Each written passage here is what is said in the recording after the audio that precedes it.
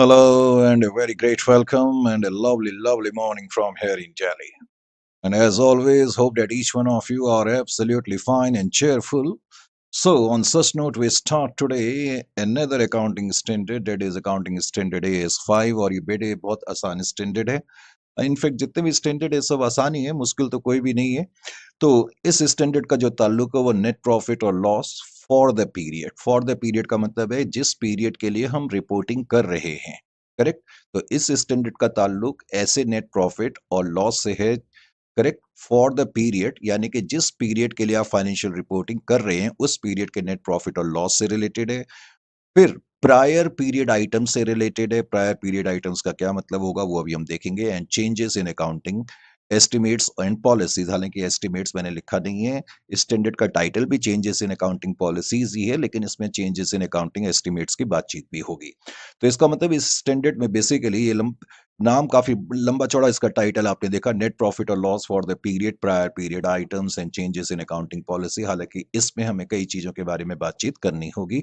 Net profit और loss for the period के अलावा हम प्रायर पीरियड के बारे में बातचीत करेंगे, एक्सेप्शनल आइटम के बारे में बातचीत करेंगे, एक्स्ट्राऑर्डिनरी आइटम के बारे में बातचीत करेंगे।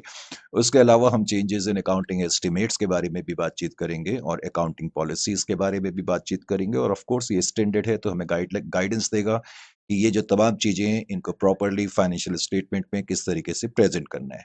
लेकिन इसको समझने से पहले आप थोड़ा सा जरा यहाँ पर ध्यान दो। ये क्या है? ये बेसिकली कुछ नहीं है, जो आजकल आप अपना प्रॉफिट स्टेटमेंट और पी-एन-एल बनाते हो, ये वही चीज़ है। स्टेटमेंट और पी-एन-एल बनाते समय आप क्या करते हो? रेवेन्यू फ्रॉम ऑपरेशंस लिखते हो, आरएफओ, रेवेन्यू फ्रॉम ऑपरेशंस। फिर जो अदर इनकम होती हैं, उसको लिखते हो, उसका टोटल करते हो। उसमें से आप अपने तमाम एक्सपेंसेस माइनस करते हो। कॉस्ट ऑफ परचेजेस हों, चेंजेस इन इन्वेंटरीज हों, एम्प्लॉयी बेनिफिट एक्सपेंसेस हों, फाइनेंशियल एक्सपेंसेस हों, डेप्रिसिएशन एंड अमोर्टाइजेशन के खर्चे हों, अदर खर्चे हों, इन सब का टोटल करने के बाद आप इसमें से माइनस करते हो तो आपके पास नेट प्रॉफिट आ जाता है। करेक्ट। ये सब आपको मालूम है, ऐसा नहीं है कि आपको मालूम नहीं है। उसके अलावा क्या होता है कि ये जो नेट प्रॉफिट आता है ना, इस नेट प्रॉफिट में से फिर हम क्या करते हैं, कुछ प्लस या माइनस करते हैं एक्सेप्शनल आइटम। एक्सेप्शनल आइटम क्या होते हैं अभी आपको पता लगेगा, चिंता मत करें। इसी तरह फिर इस नेट प्रॉफिट में हम प्लस या माइनस करेंगे कुछ प्रायर पीरियड आइटम। और ईओआई का मतलब है एक्स्ट्राऑर्डिनरी आइटम, प्लस माइनस करेंगे, यानी कि जो नेट प्रॉफिट आता है खर्चे माइनस करने के बाद उसमें ये एडजस्टमेंट करनी पड़ती है एक्सेप्शनल आइटम की, पीपीआई की, एक्स्ट्राऑर्डिनरी आइटम की। और उसके बाद फिर नेट प्रॉफिट बिफोर टैक्स आता है, उसमें से टैक्स एक्सपेंस हम माइनस करते हैं तो प्रॉफिट फॉर द पीरियड आ जाता है। अब जरा ध्यान से देखें, होता क्या है, अगर मुझे किसी कंपनी के प्रॉफिट और लॉस अकाउंट को और बैलेंस शीट को देखना है तो जनरली मैं क्या करता हूँ, क्या मैं एम्प्लॉय बेनिफिट एक्सपेंसेस जिसके अंदर हजारों आइटम है उनकी एक एक लिस्ट को परखूंगा? नहीं। मुझे अगर किसी कंपनी की परफॉर्मेंस को देखना है तो मैं सिर्फ इन मेजर आइटम्स को देखूंगा कि भाई कंपनी का रेवेन्यू फ्रॉम ऑपरेशन कितना है। मैं ये नहीं देखूंगा इसके अंदर के आइटम कितने हैं। अदर इनकम में हजारों आइटम है, मैं उनको थोड़ी देखूंगा। मैं तो ये देखूंगा अदर इनकम कितनी है। यानी कि जो इन्वेस्टर्स होते हैं, जो यूजर्स होते हैं, वो अंदरूनी आइटम पे उनकी इंटरेस्ट कम रहता है।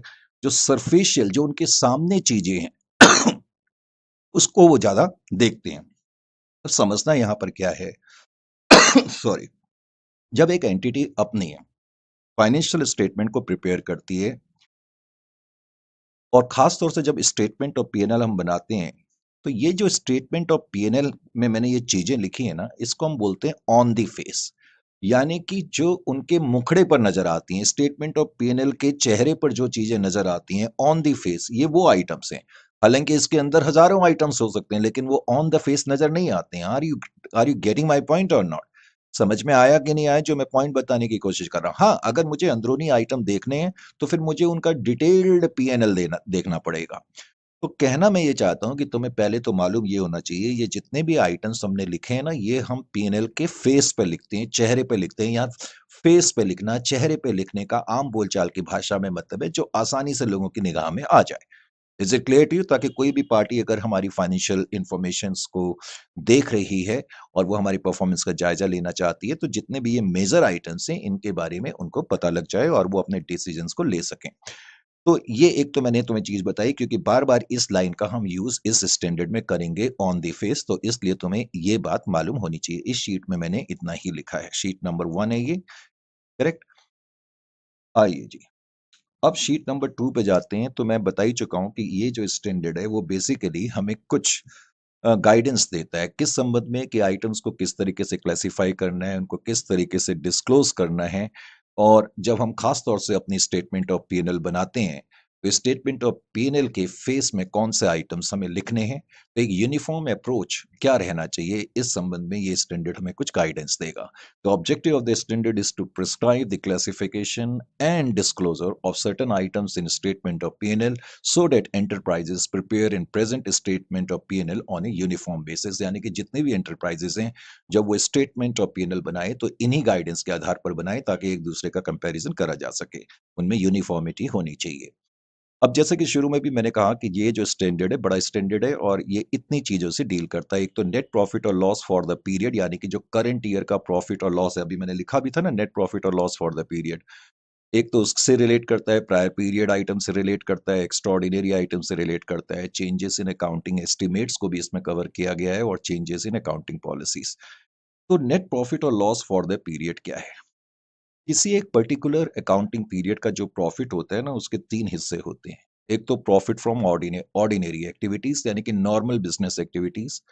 एक प्रॉफिट, जब हम वर्ड प्रॉफिट लिखते हैं तो उसमें लॉस भी हो सकता है। तो प्रॉफिट फ्रॉम एक्सेप्शनल आइटम। अब एक्सेप्शनल आइटम क्या होते हैं वो मैं अभी बताऊंगा। अभी जब मैं आपको बता रहा था स्टेटमेंट ऑफ पी&एल में, तो जो एक्सपेंसेस माइनस करने के बाद आइटम आता है, नेट प्रॉफिट आता है। नेट प्रॉफिट में मैंने कहा था 3 चीजें हम एडजस्ट करते हैं: exceptional item, prior period item, isn't it और नॉट, और एक्स्ट्राऑर्डिनरी आइटम्स भी। उसके बाद प्रॉफिट्स फ्रॉम एक्स्ट्राऑर्डिनरी आइटम्स। अब तो net profit for the period जो होता है, उसके बेसिकली 3 कंपोनेंट होते हैं। प्रॉफिट फ्रॉम ऑर्डिनरी एक्टिविटी का मतलब क्या? जो मेरी नॉर्मल बिजनेस एक्टिविटीज हैं, करेक्ट, वो है ऑर्डिनरी एक्टिविटीज। तो प्रॉफिट फ्रॉम ऑर्डिनरी एक्टिविटीज का मतलब हो गया profits from any activity which are undertaken by an enterprise as a part of business और एनी सच रिलेटेड एक्टिविटीज। जैसे मान लेते हैं कि मेरा इंस्टीट्यूट है, करेक्ट। अब हम लोग पैरेलल एजुकेशन कोचिंग देते हैं, तो कोर्सेज प्रोवाइड करते हैं, तो ये हमारी नॉर्मल बिजनेस एक्टिविटी है। लेकिन मान लो मैं इसी से रिलेटेड एक कंप्यूटर इंस्टीट्यूट खोल दूं, तो ये भी हमारी रिलेटेड एक्टिविटी माना जाएगा।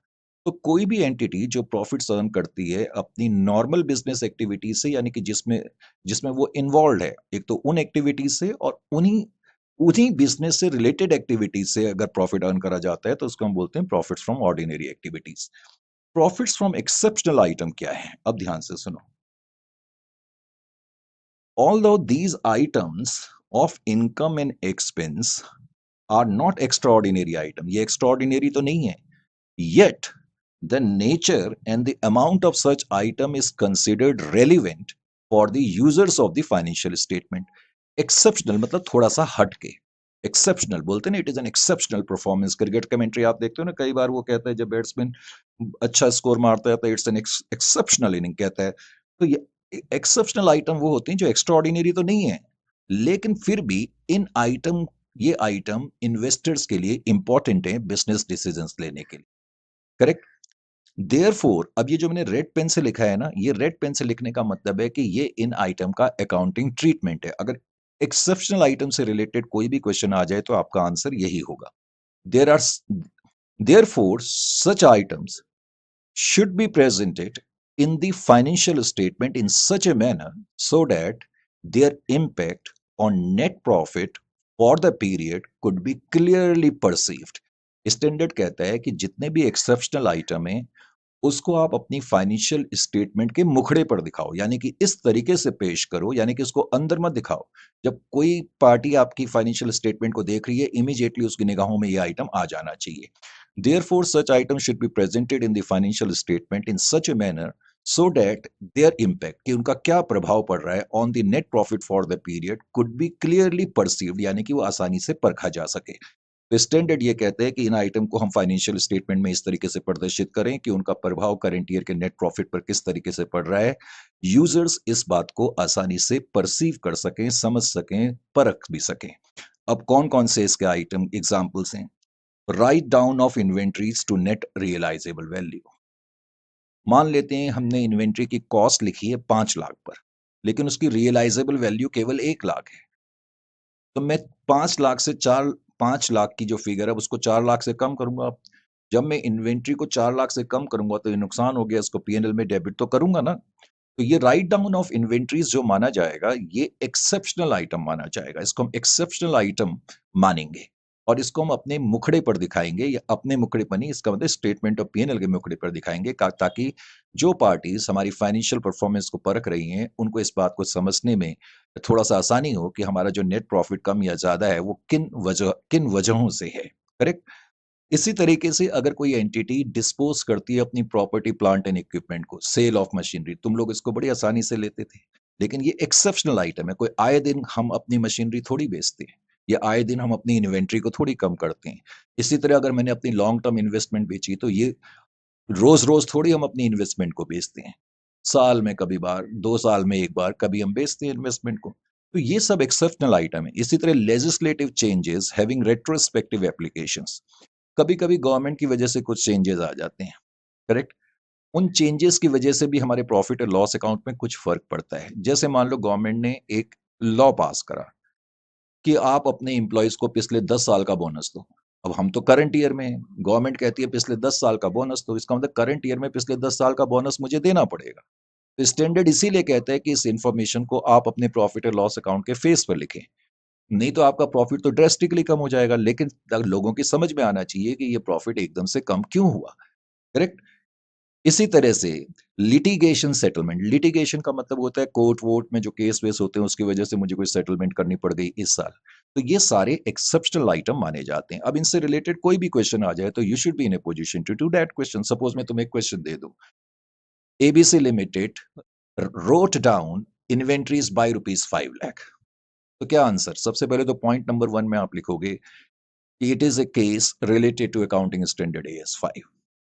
Correct. Write down of inventory will be considered as an exceptional item. फिर तीसरे पॉइंट में तुम उसका ट्रीटमेंट लिख दोगे कि as per AS5 all exceptional items should be presented in the financial statement in such a manner so that their impact on current year's profit can be clearly seen, can be clearly judged, can be clearly assessed, can be clearly perceived।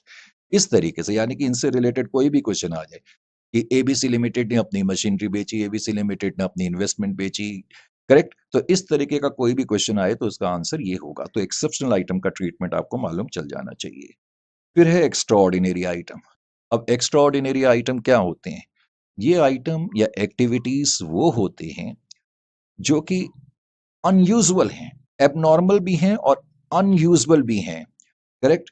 And date lie outside the range of ordinary activities, और ये normal ordinary activities की range के बाहर की activities हैं। यानी कि आम बोलचाल की भाषा में अगर मैं कहूं, जो समझने लायक भाषा होती है उसकी, ये एक ऐसी चीजें होती हैं जो कभी कभार, once in a blue moon होती हैं। करेक्ट। तो आइटम्स और एक्टिविटीज आर दोस, लेकिन आप ऐसे नहीं लिखोगे लिखते समय these are once in blue moon. आपको तो अकाउंटिंग परिभाषा में लिखना है, एक्स्ट्राऑर्डिनरी आइटम्स और activities are those which arise from abnormal circumstances or unusual events, correct, which lie outside the range of ordinary activities but which are material, इसका मतलब which are important and expected not to occur frequently। लेकिन आप ये भी आशा करते हैं ये important तो हैं लेकिन ये बार बार फ्रीक्वेंटली टेक प्लेस नहीं करेंगे, तो उनको एक्स्ट्राऑर्डिनरी आइटम बोलते हैं। एक्स्ट्राऑर्डिनरी आइटम का भी अकाउंटिंग ट्रीटमेंट यही है स्टैंडर्ड, क्योंकि मैंने शुरू में आपको इसीलिए वो चार्ट दिखाया था। आपने देखा था ना कि इसको भी हम ऑन द फेस लिखते हैं। तो extraordinary item should also be presented on the face of statement of P&L in such a manner so that there impact on the net profit for the period can be clearly seen. Correct. अब इसके example क्या है? आप एक business हैं। Correct. आपकी कई properties हैं, उसमें से एक प्रॉपर्टी गवर्नमेंट ने अटैच कर दी। अटैच करने का मतलब है आप इस प्रॉपर्टी को अब यूज नहीं कर पाओगे जब तक गवर्नमेंट का नोटिफिकेशन या इजाजत आपको नहीं मिलेगी। तो अगर आपकी कोई प्रॉपर्टी अटैच हो जाती है, लेकिन रोज रोज तो आपकी प्रॉपर्टी अटैच नहीं होगी ना, तो इसलिए ये एक्स्ट्राऑर्डिनरी आइटम है। ऑफ कोर्स ये एक्स्ट्राऑर्डिनरी लॉस है। इसी तरह से लॉसेस फ्रॉम नेचुरल कैलामिटीज, प्राकृतिक आपदाओं से, जैसे कैलामिटीज का मतलब होता है प्राकृतिक आपदाएं, जैसे कि अर्थक्वेक है, फ्लड्स हैं, बाढ़ आदि आ जाते हैं, इजंट इट और नॉट, टाइकून्स हैं, तूफान वगैरह हैं। तो इनसे होने वाले जो लॉसेस होते हैं वो भी एक्स्ट्राऑर्डिनरी लॉस माने जाते हैं। Refund of capital grant, government हमें ग्रांट देती है लेकिन गवर्नमेंट जब ग्रांट देती है तो कुछ कंडीशन उसमें अटैच कर देती है कि भई हम जो ये ग्रांट आपको दे रहे हैं, जिस पर्पज़ के लिए आपको दी जा रही है, आप इसी पर्पज़ के लिए इसका इस्तेमाल करें। लेकिन अगर गवर्नमेंट को लगता है कि हम उस पर्पज़ के लिए या उनकी हिदायतों के मुताबिक उस ग्रांट का इस्तेमाल नहीं कर रहे हैं, तो गवर्नमेंट फिर हमसे अपनी दी हुई ग्रांट को वापस भी ले सकती है। उसको बोलते हैं रिफंड ऑफ ग्रांट। लेकिन ये आए दिन तो ऐसा होता नहीं है। वीआरएस पेमेंट आपने इनकम टैक्स में पढ़ा है ना, वॉलंटरी रिटायरमेंट स्कीम पेमेंट, जिसमें एक एंटिटी अपने एम्प्लॉय को स्वेच्छा से रिटायर होने की क्या बोलते हैं स्कीम प्रस्तुत करती है, जिसमें हम एम्प्लॉयज को कुछ कंपनसेशन भी देते हैं, तो ये भी हमारे लिए नुकसान ही है। Winning of a long pending suit, हमारा कोर्ट में कोई आज से 10 20 25 साल पुराना केस चल रहा था जिसको हम तकरीबन भूल भी चुके थे, और अचानक उस केस का अवार्ड या डेकेरी डेकेरी कहते हैं डिसीजन, उस केस का डिसीजन हमारे फेवर में आ जाए, तो ये हमारे लिए एक्स्ट्रॉर्डिनरी इनकम हो गई। तो कहने का मतलब है, क्योंकि ये कभी-कभार होने वाली चीज़ें हैं, इन एक्स्ट्रॉर्डिनरी आइटम को क्योंकि लिखना तो पीएनएल में ही पड़ता है, जब हम पीएनएल में लिखेंगे तो हमारा प्रॉफ़िट ज़बरदस्त मात्रा में कम होगा या ज़बरदस्त मात्रा में बढ़ेगा। लेकिन अगर एक आदमी सिर्फ़ हमारे नेट प्रॉफ़िट को ही देखेगा तो वो ठीक तरीके से समझ नहीं पाएगा। इसलिए स्टैंडर्ड कहता है कि इन चीज़ों को भी ऑन द फेस आप दिखाओ, ताकि जो यूज़र्स हैं उनको पता लग सके कि जो करंट ईयर का प्रॉफ़िट है किस वजह से बहुत ज़्यादा है या किस वजह से बहुत कम है। ये समझने में उन्हें आसानी हो। फिर है prior period item. Prior period item, अब कुछ आइटम्स ऐसे होते हैं इनकम और एक्सपेंस के, जिनका जन्म तो करंट पीरियड में होता है, करंट अकाउंटिंग पीरियड में, लेकिन वो इसलिए होता है क्योंकि हमने करंट पीरियड के पहले के पीरियड्स में या तो कोई मिस्टेक करी, कोई एरर करी, कोई ओमिशन करा, या कुछ हमने फैक्ट्स मिसरिप्रेजेंट कर दिए। तो सिंपल वर्ड्स में कुछ एरर्स की वजह से जो हमने पास्ट में करी थी, ये चीजें उभर रही हैं करंट ईयर। पास्ट में करी हुई मिस्टेक्स की बदौलत करंट ईयर में किसी ट्रांजैक्शन का जन्म होना या इन ट्रांजैक्शंस का जन्म होना या इवेंट्स का जन्म होना जो है वो प्रायर पीरियड आइटम्स हैं। So there are several items of income and expense which arise in the current period as a result of one or more errors or mistakes or omissions in the or misrepresentation of facts in prior period.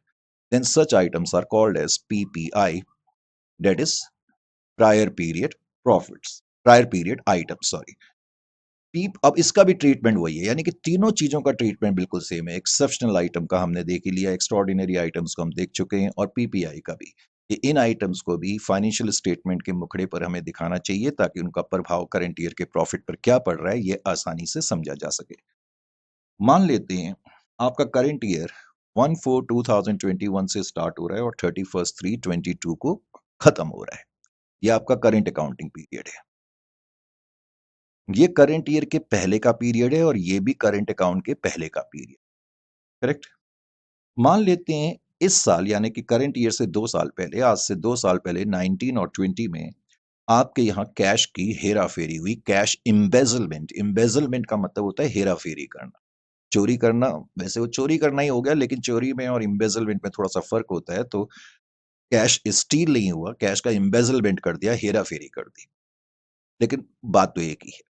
5 lakh रुपए की इस साल हुई है, लेकिन इस घटना का पता इस साल लगा। इस घटना का पता इस साल लगा, तो ये क्या हो गया? प्रायर पीरियड आइटम हो गया।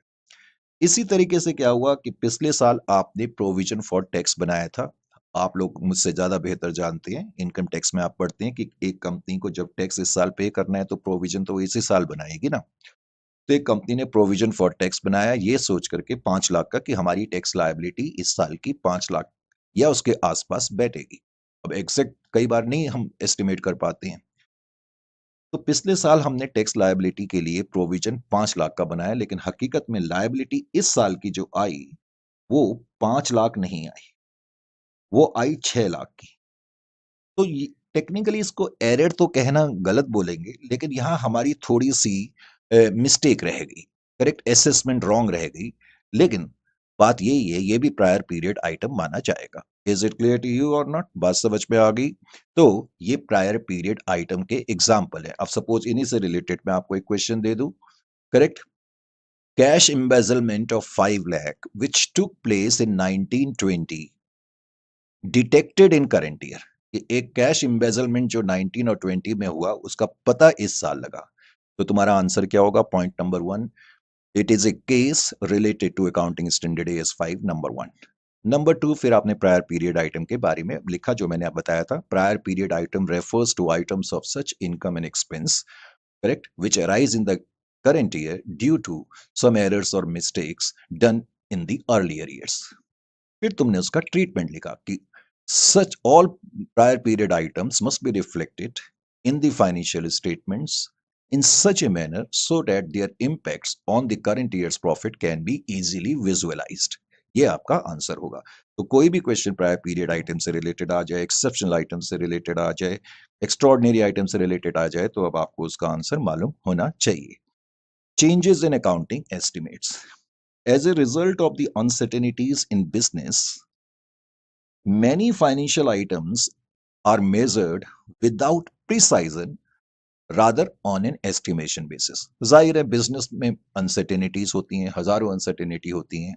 कई बार किसी फाइनेंशियल स्टेटमेंट को हमें या फाइनेंशियल आइटम को हमें मेजर करना पड़ता है एस्टिमेशन के आधार पर, यानी कि हम प्रिसाइसिव तरीके से, एग्जैक्ट तरीके से उसको मेजर नहीं कर सकते, तो हम एस्टिमेशन करते हैं।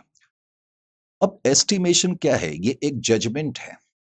भाई हम जज कर रहे हैं अपने दिमाग से, एक्सपीरियंस से, इंफॉर्मेशंस के आधार पर हम जज करने की कोशिश कर रहे हैं कि अल्टीमेटली क्या फिगर इस पर्टिकुलर फाइनेंशियल आइटम को हम एलोकेट करें। तो एस्टिमेशन में भी रिक्वायर्ड।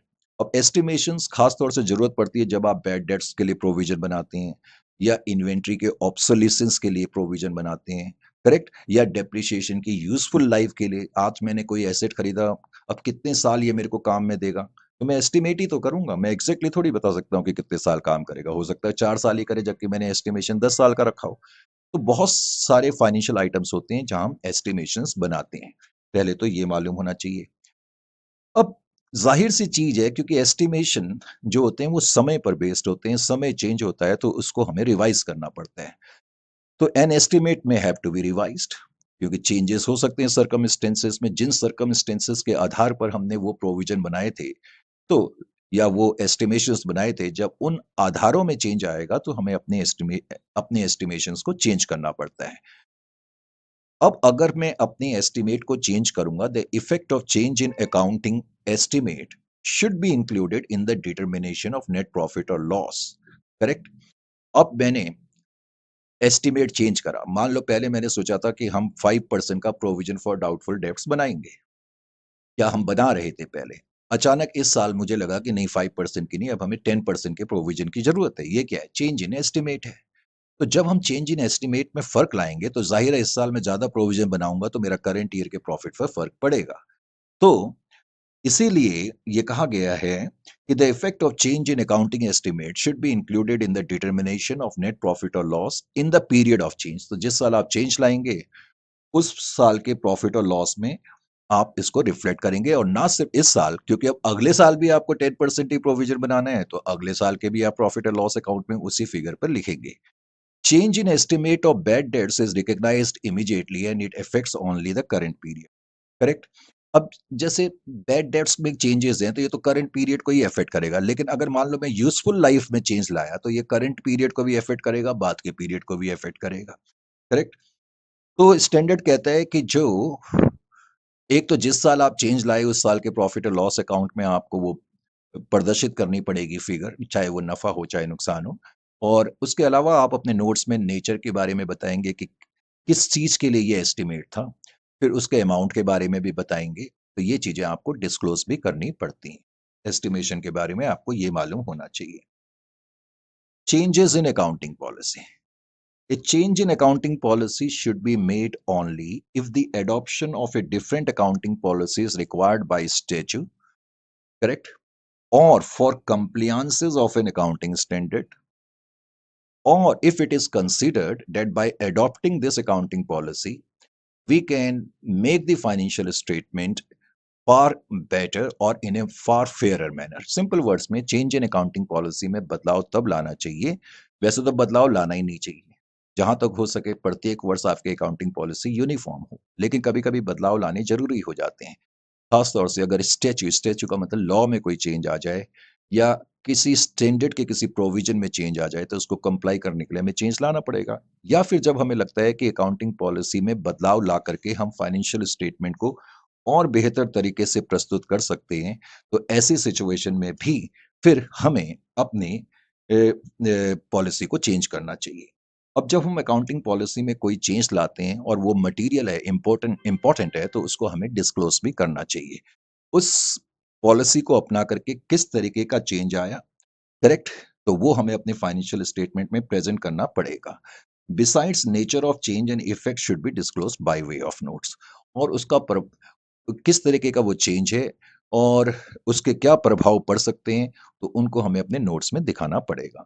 तो ये चीजें हैं। बाकी लास्ट में स्टैंडर्ड हमेशा की तरह डिस्क्लोजर्स के बारे में बताता है। AS5 requires disclosure for prior period item, extraordinary item, changes in estimate, changes in accounting policy, यानी कि इन चीजों के बारे में हमें अपने नोट्स में इनको डिस्क्लोज भी करना पड़ता है। करेक्ट? तो ठीक है, अब हमने ये करें, कुछ हम केस स्टडीज करते हैं। करेक्ट? तो स्टैंडर्ड तो खत्म हो गया, अब कुछ केस स्टडीज फिर हम करते हैं। तो केस स्टडीज के लिए मैं नोट्स का क्वेश्चन नंबर 1 निकालता हूं और कुछ केस स्टडीज भी स्टैंडर्ड की अब हम आपके सामने करेंगे। तो बेटे पहली केस स्टडी ये है कि fuel charge is billed by the state electricity board at a provisional rate, and final bill for fuel charge of rupees 5.3 lakhs for the period October 2008 to September 2015 has been received and paid in February 2016. अब कई बार तो आपको लगेगा ये date तो गलत नहीं है, ये 2008 से लेके सितंबर 2015। थोड़ा सा मैं यहाँ पर पहले क्लियर कर दूं जरा रफ शीट्स निकाल करके, या आपको कोई प्रॉब्लम ना आए। जस्ट वेट, ये मैंने रफ शीट निकाली। पहले तो इस क्वेश्चन का मतलब क्या है। वो कहता है 2008 से लेकर के 2008 से लेकर के सितंबर 2015 तक, सितंबर 2015 तक जो स्टेट इलेक्ट्रिसिटी बोर्ड था उसने बिल भेजा। हालांकि इस दौरान वो जो हमें बिल भेजता था, प्रोविजनल बिल भेजता था। प्रोविजनल का मतलब होता है जो ऑथेंटिक नहीं है। प्रोविजनल बिल यानी कि फॉर द टाइम बिंग, जो जेन्युइन नहीं है। जैसे आपने देखा होगा ना, आपकी मार्कशीट होती है प्रोविजनल मार्कशीट, एक फाइनल मार्कशीट होती है प्रोविजनल। प्रोविजनल का मतलब है जो अभी ऑथेंटिक नहीं है, जेन्युइन नहीं है। तो वो क्या कर रहा था, स्टेट इलेक्ट्रिसिटी बोर्ड हमारी एंटिटी को प्रोविजनल तौर पर बिलिंग कर रहा था। लेकिन अब उन्होंने हमें सितंबर 2015 तक का बिल, 2008 से लेके सितंबर 2015 तक का बिल फाइनली दे दिया। इसका मतलब अब ये फाइनल और जेन्युइन बिल है। करेक्ट? पहले तो इस बात का मतलब समझें। वो कहता है fuel surcharge is billed by state electricity board at provisional rates. तो पहले उन्होंने प्रोविजनल रेट्स के हिसाब से हमें बिलिंग करी। अब कहता है final bill for fuel surcharge, actually electricity का बिल नहीं है, फ्यूल सरचार्ज का बिल है। गवर्नमेंट ने कोई सरचार्ज लगा दिया होगा फ्यूल पर। तो final bill for fuel surcharge of rupees 5.3 lakhs for the period October 2008 to September 2015 has been received and paid in February 2016. अब वो क्या कहते हैं, ये कौन सा अकाउंटिंग ईयर है, मान लेते हैं 1/4/2014, बल्कि 15, और 31/3/2016। अब वो कहते हैं सितंबर 2015 में, सितंबर 2015, सितंबर 2015 में तुम्हें ये बिल मिला। 2008 से 2015 का बिल आपको इस तारीख को मिल गया, या इस तारीख तक का बिल आपको मिल गया, यूं भी कह लें 2008 से लेकर के इस तारीख तक का बिल आपको मिल गया। और कहता है इस बिल की पेमेंट आपने फरवरी 2015 में कर दी, फरवरी 2016 में कर दी। इसका मतलब इस साल आपको बिल मिला, इस अकाउंटिंग ईयर में आपको बिल मिला, करेक्ट, और इसी अकाउंटिंग ईयर में आपने पेमेंट भी कर दी। ये अच्छी बात है, इसमें कोई प्रॉब्लम वाली बात नहीं है। तो अब प्रॉब्लम क्या आ रही है, वो कहता है however the same bill was accounted in the accounting year 2017। अब पेमेंट तो आपने 2016 में करी, लेकिन वो कहता है कि इसकी जो अकाउंटिंग हुई वो 2017 में हुई, 2017 में हुई। इसको आपने अपने अकाउंट में जो डाला वो 2017 में डाला। अब पॉइंट यहां पर ये बनता है कि जब आपने 2017 में डाला अकाउंट में, तो आपने क्यों डाला इस अकाउंटिंग ईयर में? जब आपने पेमेंट यहां करी है तो आपको टेक्निकली पेमेंट यहां दिखानी चाहिए, लेकिन आप अकाउंट में इसको यहां पर दिखा रहे हैं। तो इसका मतलब ये हो गया कि कुछ मिस्टेक हो गई है, और वो मिस्टेक का जो डिटेक्शन है वो करंट ईयर में हुआ है। ध्यान से देखें, ये वही चीज है जो मैंने डायग्रामेटिकली प्रेजेंट कर दी। करेक्ट। ये क्वेश्चन नंबर 1 मैंने ये बताया, ये करंट अकाउंटिंग ईयर है। अक्टूबर 2008 से 30 सितंबर 2015 का बिल आपको मिला साढ़े 5 लाख का। फरवरी 2016 में आपने पेमेंट कर दी है। Aspects of the present case fall under या within the parameters of AS5. Bill should have been accounted in financial year 15 and 16 as payment was made in February 2016. तो बिकॉज आपने पेमेंट यहां करी तो आपको इसकी अकाउंटिंग यहां करनी चाहिए थी। इसका मतलब ये मिस्टेक हुई यहां पर। बात समझ में आई? उसका इफेक्ट करंट ईयर में पड़ रहा है, तो ये प्रायर पीरियड आइटम माना जाएगा। Since the entity has accounted it in the financial year of 16 and 17, it seems last year mistake was made. As such, it shall be treated as PPI, prior period item. और मैं तुम्हें बता ही चुका हूं कि prior period item की accounting क्या होनी चाहिए। As per AS5, all prior period item should be disclosed on the face of statement of P&L, जो कि मैंने कई बार बताया कि in such a manner so that their impact on the net profit for the period can be easily seen या can be easily analyzed. Correct? हालांकि जितनी भी केस स्टडी वो हम कर ही चुके हैं, अगर ध्यान से देखा जाए। अब जो केस स्टडी 2 है वो क्या है, देखो पहले तो केस स्टडी क्या है, छोटा सा क्वेश्चन है। वो कहता है during the year 2016 and 17 a medium sized manufacturing company wrote down its inventories to net realizable value by 5 lakh। तो एक कोई एंटिटी है, उसने अपनी इन्वेंट्री को 5 लाख से कम कर दिया ताकि वो नेट रियलाइजेबल वैल्यू तक आ जाए। अब आपको क्या आंसर देना है ये तो मैं आपको बता ही चुका हूं। ये एक्सेप्शनल आइटम का केस है, और जितने भी एक्सेप्शनल आइटम होते हैं मैं बता ही चुका हूं एज पर AS5, उनको हमें अपने स्टेटमेंट ऑफ P&L में इस तरीके से प्रेजेंट या डिस्क्लोज करना चाहिए ताकि उनका क्या प्रभाव पड़ रहा है net profit for the period पर, वो आसानी से समझा जा सके। As per AS5, all exceptional items should be presented disclosed in the statement of P&L in such a manner so that their impact on net profit for the period could be easily perceived. Correct? तो writing down of inventory value is a case of exceptional item, ये मैं तुम्हें पहले ही बता चुका हूं। Correct. Case study 3 में क्या कहता है? केस स्टडी 3 में कहता है एक company signed an agreement with the employees union on 1/10/2016, 1 अक्टूबर 2016 को। A company signed an agreement with the employees union on 1/10/2016 for revision of wages with retrospective effect from 30th 9/2015. This would cost the company an additional liability of 5 lakh per annum. Is a disclosure necessary for the amount paid in 2016 and 17? For the amount paid in 2016 and 17. अब वो क्या कहता है, ध्यान से समझने की कोशिश करो। इस क्वेश्चन में पहले तो ये मेरा करंट ईयर है 1/4/2016 से लेके 31/3/2017, ये करंट ईयर है। पहले यहां से लेके यहां तक ध्यान दें, ठीक है? अभी ऊपर ध्यान मत दें। ये करंट अकाउंटिंग ईयर है।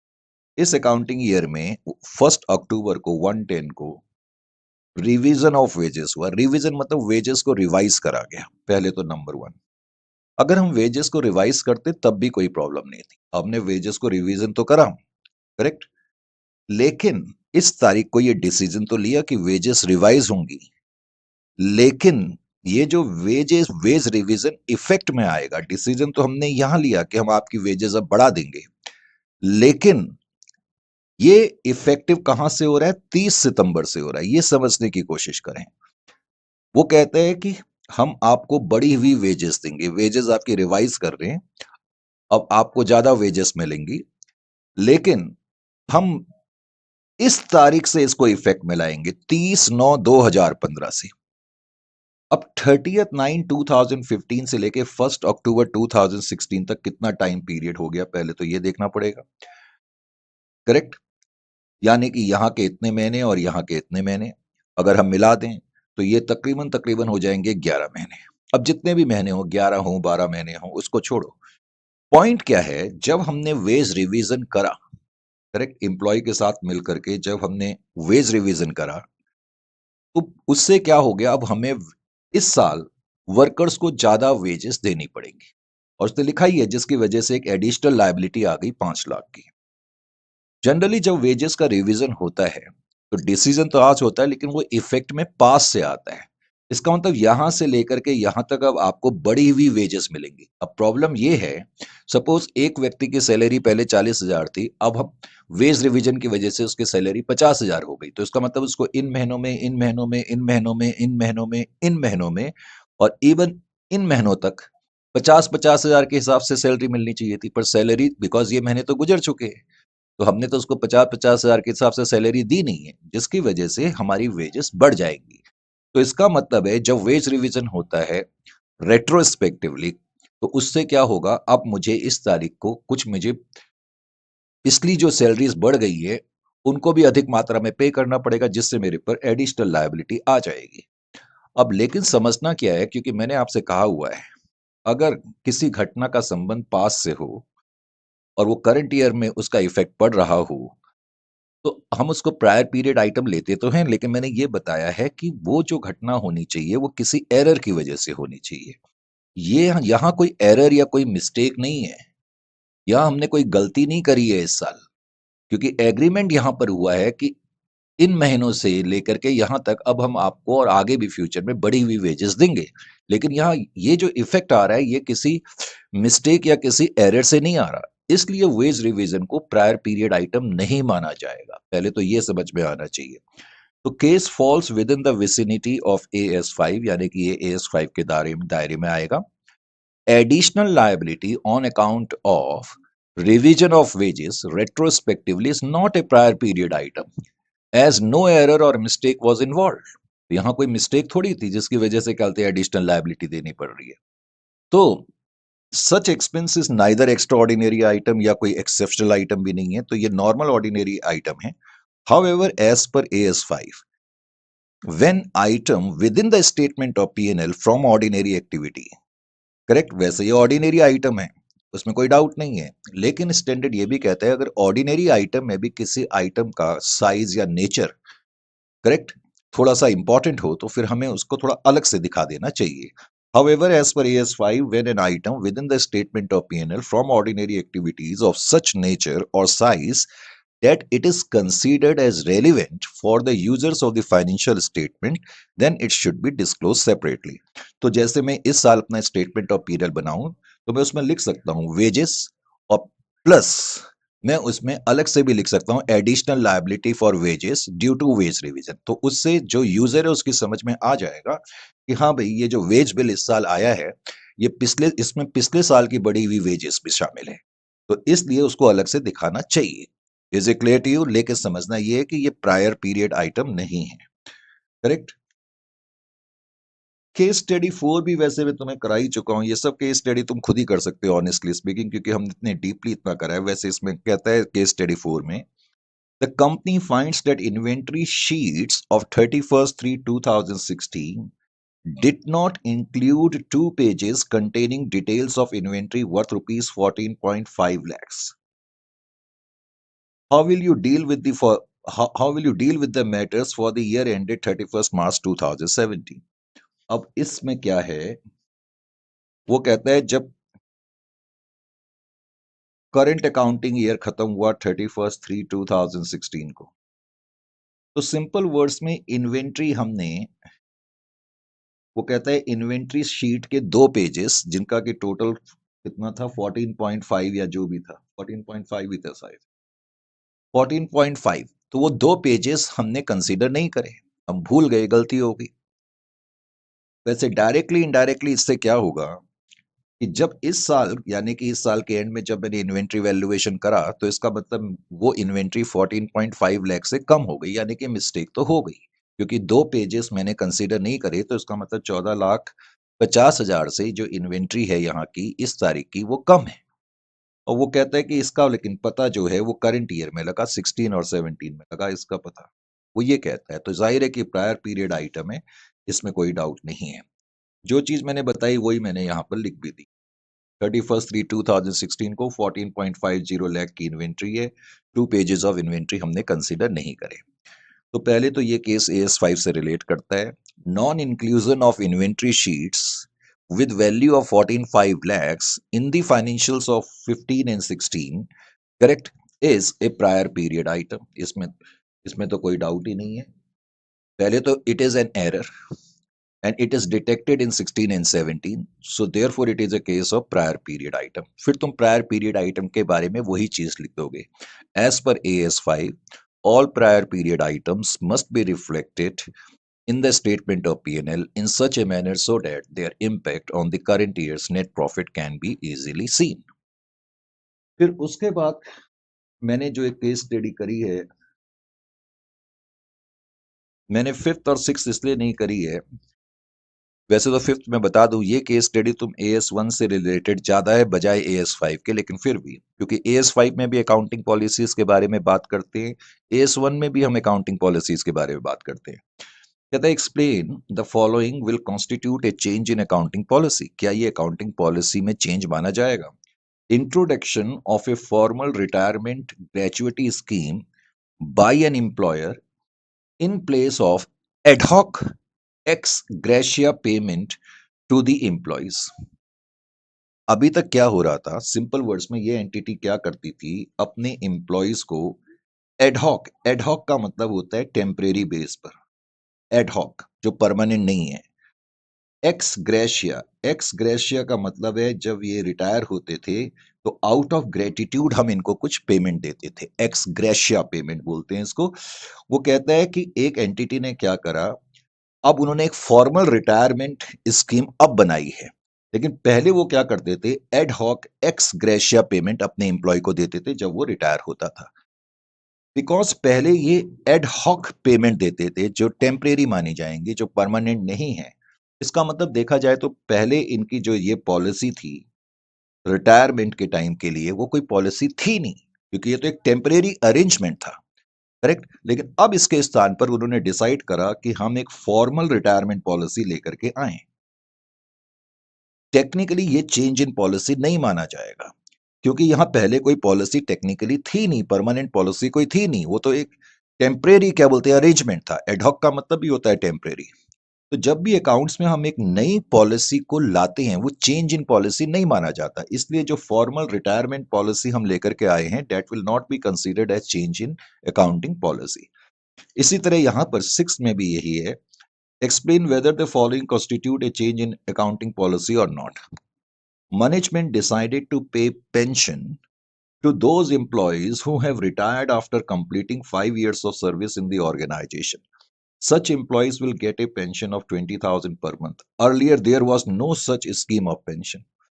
तो जब पहले कोई इस तरह की पॉलिसी नहीं थी और कोई पॉलिसी पहली बार लाए तो adoption of a new accounting policy is not considered as a change in accounting policy, ये तुम्हें मालूम होना चाहिए, करेक्ट। तो ये पॉइंट मैंने तुम्हें बताया। मैंने कहा था आप जितने भी केस स्टडी है इससे रिलेटेड खुद ही कर सकते हो। फिर कहता है M4 purchased a new machine costing 10 lakh. M4 ने कोई मशीन खरीदी 10 लाख की। Useful life was taken to be for 10 years. अब शीट नंबर 7 के बाद आगे कहता है therefore depreciation was charged at 10% on original cost each year. After 5 years, when the carrying amount was 5 lakh for the machine, management realizes that machine can work for another 2 years only, and they decide to write off 2.5 lakhs each year। Comment। अब है कुछ नहीं वैसे इसमें, लेकिन मैं समझा देता हूं आपको। वो कहता है ये 7th क्वेश्चन है। 7th क्वेश्चन में क्या है कि एक एंटिटी ने मशीन खरीदी 10 लाख की, जो मैंने अभी पढ़ रहा था, और उसकी यूजफुल लाइफ 10 ईयर्स की है, करेक्ट। 5वें साल के बाद वो कहता है मशीनरी का कैरिंग अमाउंट 5 लाख है। तुम्हें क्वेश्चन में दिया हुआ है जो तुम वैसे भी निकाल सकते हो। भाई 10 लाख की कॉस्ट है, 10 ईयर उसकी यूजफुल लाइफ है, तो पर ईयर डेप्रिसिएशन 1 लाख होगा, इजंट इट और नॉट? अगर 10 लाख कॉस्ट है तो 5 साल का डेप्रिसिएशन 5 लाख होगा। 5 लाख 10 लाख में से माइनस करेंगे तो फिफ्थ ईयर के एंड में कैरिंग अमाउंट कितना होगा? 5 लाख ही तो होगा। तो वो तो क्वेश्चन में भी तुम्हें दिया हुआ है, कहता है कैरिंग अमाउंट 5 लाख है। लेकिन जब 5वां साल खत्म हुआ तो हमें लगा कि मशीनरी जो है अब उसकी लाइफ केवल 2 साल की ही बची है, जबकि हमने शुरू में जब खरीदा था तो हम सोच रहे थे इसकी लाइफ जो होगी 10 साल की होगी। लेकिन फिफ्थ ईयर के खत्म होने पर हमें लग रहा है इसकी जो लाइफ है 2 ईयर्स की है। अब because of remaining life 2 years की है, तो 5 साल तो खत्म हो चुके हैं। 5 साल के बाद इसकी जो कॉस्ट बची हुई है या कैरिंग अमाउंट जो बचा हुआ है वो 5 लाख का बचा है। तो इस 5 लाख को मैं 2 ईयर से डिवाइड करूंगा तो इसका मतलब 6th ईयर में और 7th ईयर में हर साल में 2,50,000 राइट ऑफ करूंगा। इनफैक्ट ये भी क्वेश्चन में दिया हुआ था, इसीलिए कंपनी ने डिसाइड करा कि नेक्स्ट 2 ईयर में हम 250 राइट ऑफ करेंगे। तो फिर करना क्या है? उसने कहा कमेंट।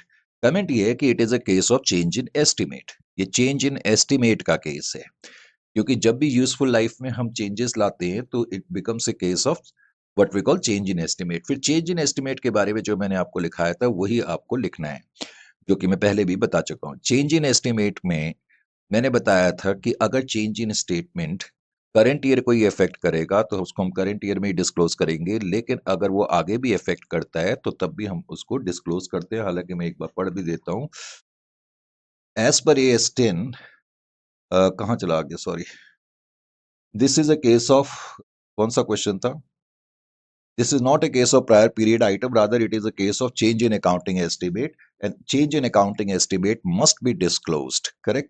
तो ये तुम्हारा वैसे तो आंसर होगा, लेकिन उसको तुम एलोबरेट कर सकते हो, जो मैंने शुरू में तुम्हें बताया था। और मैंने ये बताया था कि change in estimate if it affects the current year must be reflected in the current year, beside if it has some what we call effect in the subsequent year also, then also it should be disclosed. तो उस बाद के सालों में भी उसका प्रभाव पड़ेगा तो उसका भी डिस्क्लोजर करना पड़ेगा। फिर केस स्टडी जो 8th है वो भी इसी पर ही बेस्ड है।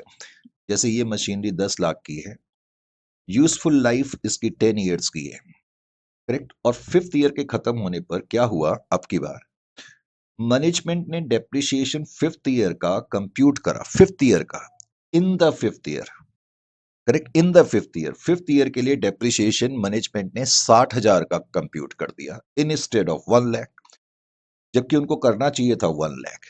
और उन्होंने फिफ्थ ईयर में डेप्रिसिएशन कंप्यूट कर दिया 60,000 फिफ्थ ईयर में। और अगले साल कंपनी ने क्या डिसाइड करा? And decide to write off ₹1,40,000 in the next year. और उन्होंने डिसाइड करा कि नेक्स्ट ईयर हम 1,40,000 का डेप्रिसिएशन राइट ऑफ करेंगे। तो समझना क्या है? देखो, मशीनरी की कॉस्ट 10 लाख है और लाइफ 10 साल की है, तो इसका मतलब 1 लाख का डेप्रिसिएशन है। अब मैं फिफ्थ ईयर के लिए जब डेप्रिसिएशन कंप्यूट करूंगा, जब मैं फिफ्थ ईयर के लिए डेप्रिसिएशन कंप्यूट करूंगा तो मैं यही देखूंगा ना कि फिफ्थ ईयर की बिगनिंग में कितनी बुक वैल्यू थी। भाई, जिस साल के लिए डेप्रिसिएशन कंप्यूट करते हैं उस साल की बिगनिंग की बुक वैल्यू देखते हैं और उस पे डेप्रिसिएशन कंप्यूट होता है उस साल का। तो फिफ्थ ईयर के लिए जब मुझे डेप्रिसिएशन कंप्यूट करना है तो मैं फिफ्थ ईयर की बिगनिंग की बुक वैल्यू देखूंगा, और फिफ्थ ईयर की बिगनिंग की बुक वैल्यू का मतलब है फोर्थ ईयर के एंड की बुक वैल्यू।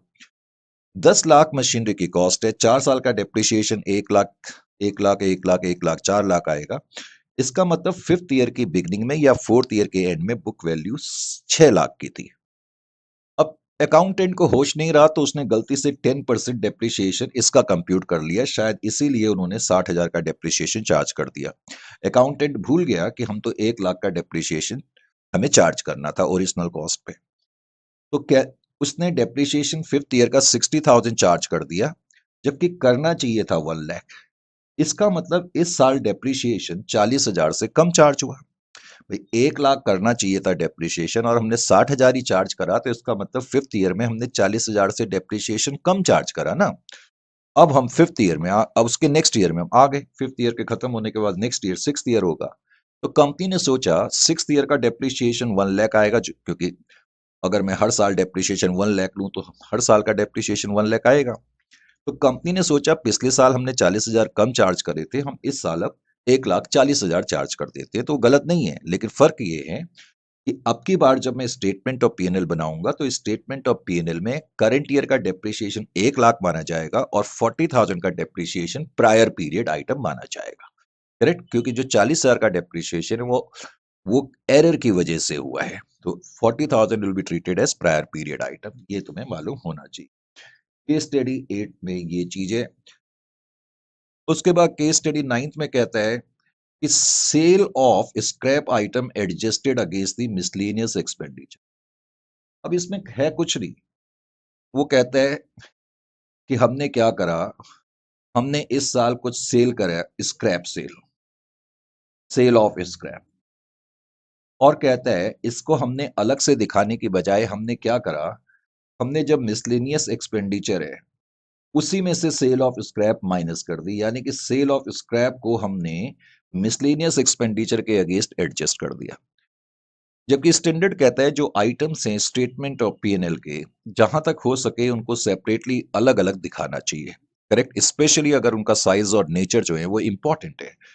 तो as AS5 states that when items of income and expense within the profit and loss account from ordinary activities, correct, are of such size, nature, or incidents that their disclosure is relevant to explain the performance of the enterprise for the period, then nature and amount of such items should be presented separately. इसका मतलब मुझे cell of scrap अलग दिखाना चाहिए और miscellaneous expenditure मुझे अलग से दिखाना चाहिए।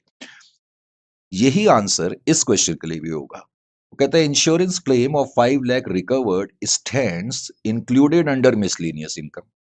अब क्या हुआ, तुम्हें कहीं से इंश्योरेंस क्लेम मिला। अब इंश्योरेंस क्लेम तुम्हें मिला तो टेक्निकली तुम्हारे लिए ये गेन तो है। तो तुमने लेकिन इंश्योरेंस क्लेम को अलग दिखाने की बजाय क्या करा, मिसलेनियस इनकम के अंदर इंक्लूड कर लिया, जो कि गलत है। तो इसका भी वही आंसर है जो अभी मैंने कहा कि ऑर्डिनरी एक्टिविटीज के जो आइटम्स हैं, अगर उनका नेचर और साइज अहम है लोग यूजर्स के लिए, तो उनको हमें अलग से डिस्क्लोज करना चाहिए। इसी तरह फिर 11th में कहता है a sum of 15 lakh is received from insurance company in respect of claim for loss in transit costing rupees 20 lakh. The amount is credited to purchases account. Is the accounting treatment correct? अब क्या हुआ, एक second. पहले तो हुआ क्या कि मेरे जो गुड्स थे उनकी कॉस्ट 20 लाख की थी। गुड्स जो थे उनकी कॉस्ट 20 लैक्स की थी। करेक्ट। अब वो गुड्स का कुछ लॉस हो गया, तो जब लॉस हो गया तो इंश्योरेंस कंपनी ने मेरे को क्या करा, 15 लाख रुपए इंश्योरेंस क्लेम दे दिए। इंश्योरेंस कंपनी ने मुझे 15 लाख का क्लेम एडमिट कर दिया, इसमें भी कोई प्रॉब्लम नहीं है। अब प्रॉब्लम क्या हुआ, जब इंश्योरेंस कंपनी ने मुझे 15 लाख का क्लेम दिया उसको मैंने अपने परचेजेस अकाउंट में एडजस्ट कर लिया। यानी कि मैंने सोचा मेरे गुड्स लॉस्ट हुए, 20 लाख से तो मेरी परचेजेस कम हो गई। अब ये जो मेरे को 15 लाख का क्लेम मिला है मैंने उसको परचेजेस के अगेंस्ट एडजस्ट कर लिया, का मतलब है कि मैं मान के चल रहा हूं कि जो मेरे गुड्स लॉस्ट हुए थे उनकी कंपनसेशन हो गई। नो डाउट कंपनसेशन भी हो गई, लेकिन हमें उसको परचेजेस में एडजस्ट नहीं करना चाहिए। तो हमें करना क्या चाहिए, पहले तो आपकी परचेजेस आप जस्ट वैसे मैंने टी शेप में आपको बना के समझाने के लिए बनाया। आपको मालूम है कि परचेजेस आप यहाँ लिखते हैं। पहले तो जो ये एबनॉर्मल लॉस है क्योंकि गुड्स लॉस्ट हुए हैं, एबनॉर्मल लॉस है। इन ट्रांजिट में इसका नुकसान हुआ है, कोई भी गुड्स जो केयरलेसनेस की वजह से जिनका नुकसान हो जाता है वो एबनॉर्मल लॉसेस है। तो एबनॉर्मल लॉसेस पहले तो आप यहाँ पर लिखें 20 लाख, क्योंकि जो सामान आपने परचेज करा था उसको कम करने की जरूरत है, क्योंकि दिखाना जरूरी है कि आपने जो सामान परचेज करा उसमें से इतने गुड्स तबाह हो गए, तो जाहिर है कि आपकी परचेजेस की फिगर कब हो गई। आप चाहो तो यहां लिखने के बजाय इसमें से माइनस करके भी दिखा सकते हो, नंबर वन। नंबर टू, अब हमने क्या करना है, जो इंश्योरेंस क्लेम है, इंश्योरेंस क्लेम, अच्छा पहले तो ये एबनॉर्मल लॉस में क्रेडिट में लिखूंगा, उसके अलावा मैं यहाँ पर पीएनएल अकाउंट की डेबिट में भी लिखूंगा, क्योंकि ये लॉस तो हो ही गया 20 लाख, यहां पर भी लिखूंगा। और इंश्योरेंस कंपनी ने जो मेरे को मेरा क्लेम एडमिट कर लिया, पैसे तो अभी नहीं दिए हैं लेकिन उन्हें एडमिट कर लिया कि हम 15 लाख देंगे, तो मैं 15 लाख अपने पीएनएल के क्रेडिट पे लिखूंगा और जब बाद में हम बैलेंस शीट बनाते हैं, तो बैलेंस शीट में एसेट साइड में हम इंश्योरेंस क्लेम दिखाते हैं, क्योंकि इंश्योरेंस कंपनी हमारी डेटर है, उन्होंने हमें 15 लाख रुपए देने हैं। ये ट्रीटमेंट होती है, यानी कि एबनॉर्मल लॉस आप परचेजेस में से माइनस भी कर सकते हो। मैंने जानबूझ के क्रेडिट में लिख के थोड़ा क्लियर करने की कोशिश करी। एक तो गुड्स का नुकसान हो गया, तो परचेजेस को कम करने के लिए हम क्रेडिट में लिखते हैं। दूसरा, एबनॉर्मल लॉस लॉस है, तो इसलिए पी&एल अकाउंट को मुझे डेबिट करना पड़ेगा। और इंश्योरेंस क्लेम मैं क्रेडिट में लिखूंगा। क्यों लिखूंगा क्रेडिट में? क्योंकि ये मेरे लिए अब फायदा है, और ये पैसा भी मुझे मिला नहीं है, तो मुझे एसेट में लिखना पड़ेगा। तो इसका मतलब है इनके सेपरेट डिस्क्लोजर होने चाहिए, ये एक दूसरे के साथ एडजस्ट नहीं होने चाहिए। तो यही चीज मैंने यहाँ पर लिखा भी है। ठीक है, तो ये भी आप इसको कर सकते हो। जो मैंने ये करा वही चीज मैंने यहाँ पर लिख भी दिया है।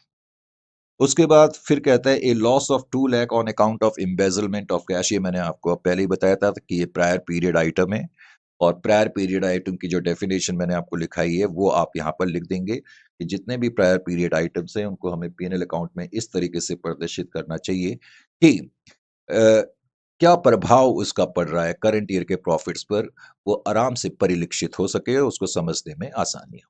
तो ये कुछ केस स्टडी थी। तो इस तरीके से AS5 को भी फिर हमने कंप्लीट करा। मॉड्यूल में जितनी भी केस स्टडीज हैं हमने कवर करी हैं, ये बताने की अब जरूरत नहीं है।